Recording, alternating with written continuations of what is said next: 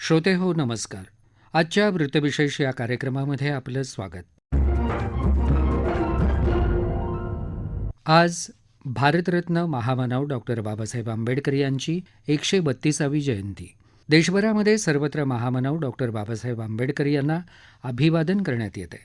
राज्यात मुंबईमध्ये चैत्यभूमी आणि नागपुरात दीक्षाभूमी इथं अभिवादनासाठी अलोट जनसमुदाय लुटलाय. डॉक्टर बाबासाहेब आंबेडकर यांचे विचार आजच्या महत्त्वाच्या दिवशी जाणून घेणं महत्त्वाचं ठरतं. सामाजिक आर्थिक विषमता, कायदा आणि प्रशासनात समानता, समाजाला आवश्यक असणारं नैतिक अधिष्ठान, लोकशाही अशा एक दोनच नाही तर असंख्य सामाजिक आर्थिक विषयांवर सखोल विचार मांडणारे महान द्रष्टे बाबासाहेब आहेत. आजच्या वृत्तविशेषमध्ये आपण त्यांच्या काही विचारांचा मागोवा घेणार आहोत.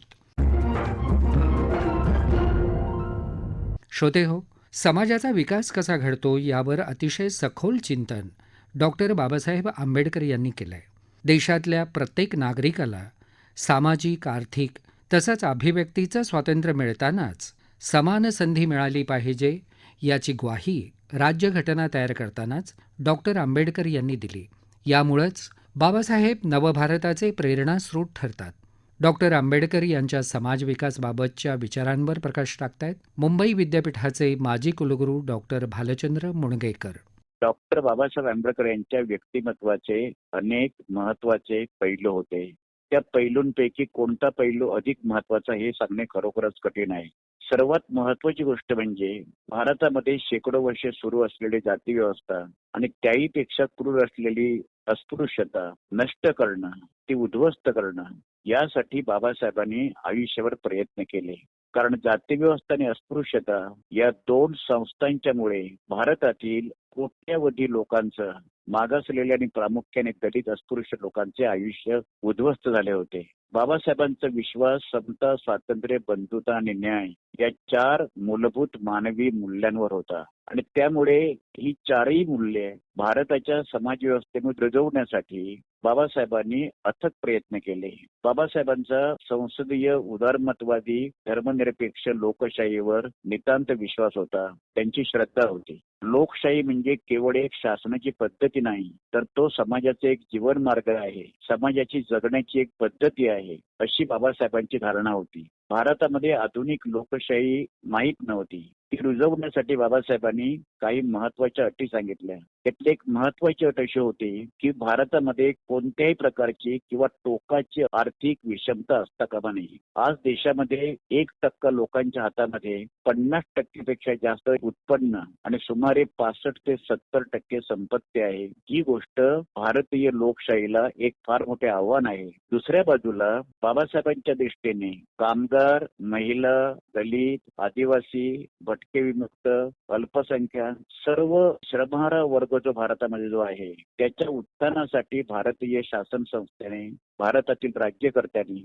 सातत्याने प्रयत्नशील असले पाहिजे, अशी त्यांची भूमिका होती. बाबासाहेबांनी स्त्रियांच्या मानवी हक्कांसाठी आणि पुरुषांबरोबरचे समान अधिकार त्यांना मिळावे यासाठी हिंदू कोड बिल तयार केले. दुर्दैवाने संसदेमध्ये हिंदू कोड बिलला जेव्हा मान्यता मिळाली नाही तेव्हा बाबासाहेबांनी आपल्या कायदे मंत्रिपदाचा राजीनामा दिला. आपल्या मूल्यासाठी राजीनामा देणारा भारतामध्ये डॉक्टर बाबासाहेब आंबेडकर हे एकमेव राजकीय नेते होते. बाबासाहेब आंबेडकरांच्या दृष्टिकोनातून लोकशाही म्हणजे अल्पसंख्याकांच्या हक्काचे संरक्षण करणे, याची मांडणी भारताच्या राज्यघटनेमध्ये सविस्तरपणे करण्यात आलेली आहे. मेजॉरिटी किंवा राजकीय बहुमत आणि मेजॉरिटेनिझम या दोन गोष्टीमध्ये बाबासाहेबांनी फरक केला होता.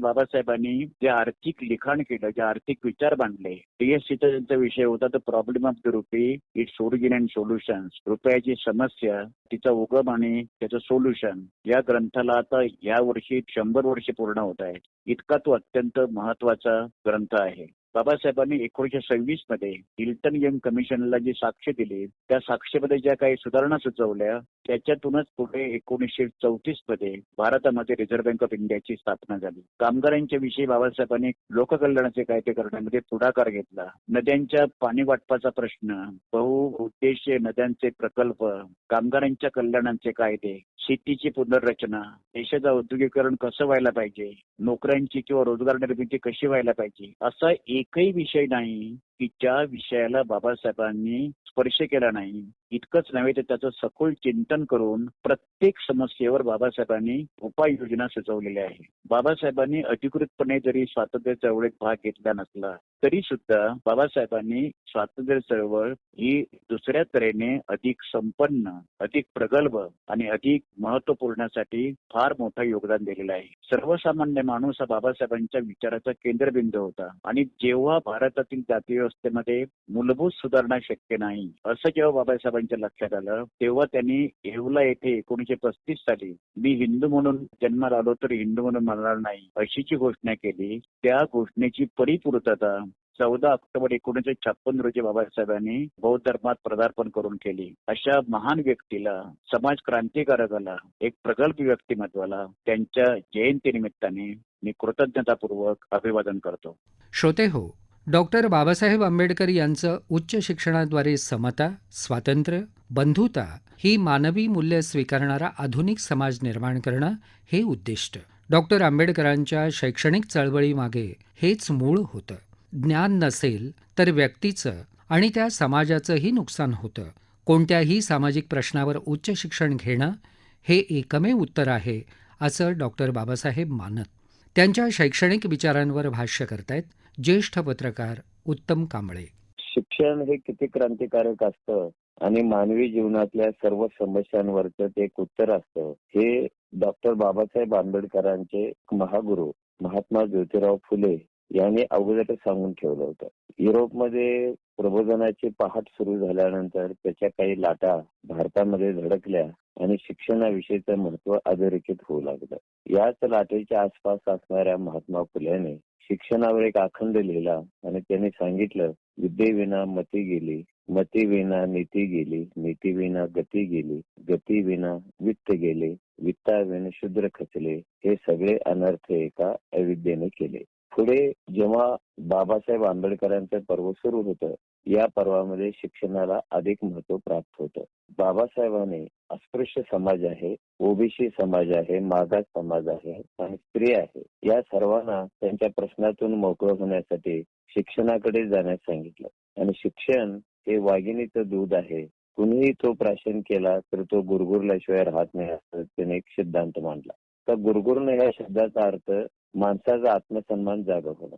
मी माणूस आहे, मला अस्तित्व आहे, मी देशाचा नागरिक आहे, मी समाजाचा घटक आहे, मी स्वतःचा आणि समाजाचा विकास घडवू शकतो. ह्या सगळ्या ज्या भावना आहेत त्या शिक्षणातून जन्माला येतात. म्हणून पडेल ती किंमत चुकवून शिक्षण घेणं यावर त्यांनी स्वतः त्यांच्या आयुष्यात लक्ष दिलं होतं. कारण त्यांनी ज्या सगळ्या पदव्या संपादन केल्या होत्या त्या काही सहजासहजी मिळाल्या नव्हत्या. प्रत्येक पदवीसाठी त्यांना एक जवळपास युद्धच करावं लागलं होतं. पैशाची अडचण होती, राहण्याची अडचण होती, पुस्तकांची अडचण होती, प्रदेश नवा होता. या सगळ्याही परिस्थितीमध्ये त्यांनी शिक्षणाची कास कधी सोडलेली नाहीये. जसं माणसाच्या जगण्याला एक कारण असतं तसं शिक्षणाला सुद्धा एक कारण असतं. हे सुद्धा बाबासाहेब त्यांच्या कृतीतून पुन्हा पुन्हा अधोरेखित करत होते. तसं नुसतं शिकता कामा नये तर शिकण्याला कारण काय आहे. जेव्हा ते परदेशात जाणार होते गायकवाड सरकारांची शिष्यवृत्ती घेऊन तत्पूर्वी त्यांची एक मुलाखत झालेली होती आणि त्याच्यात काही प्रश्नोत्तर झाली होती.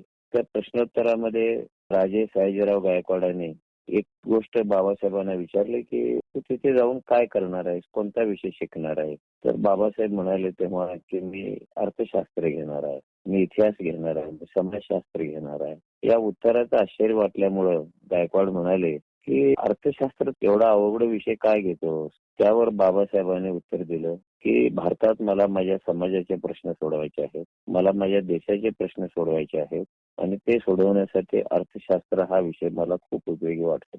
गायकवाड सुद्धा हे उत्तर ऐकून चक्रावून गेले होते आणि त्याने ओघामध्ये अजून एक विचारलं की हे शिकावं असं वाटतं, बाहेर जावं असं वाटतं, तर मागे ध्येय काय. बाबासाहेबांनी मोठ्या आत्मविश्वासाने उत्तर दिलेलं होतं की तुम्हाला माहिती आहे की हा माझा जो समाज आहे अशिक्षित आहे आणि अशिक्षित असल्यामुळे तो गुलाम आहे, गुलाम असल्यामुळे मागास आहे आणि मागास असल्यामुळं तो सगळ्या प्रकारच्या प्रतिष्ठा गमावून बसलेला आहे. की महाराज मला माझ्या समाजाला गुलामीतून मुक्त करण्यासाठी शिक्षण घ्यायचं.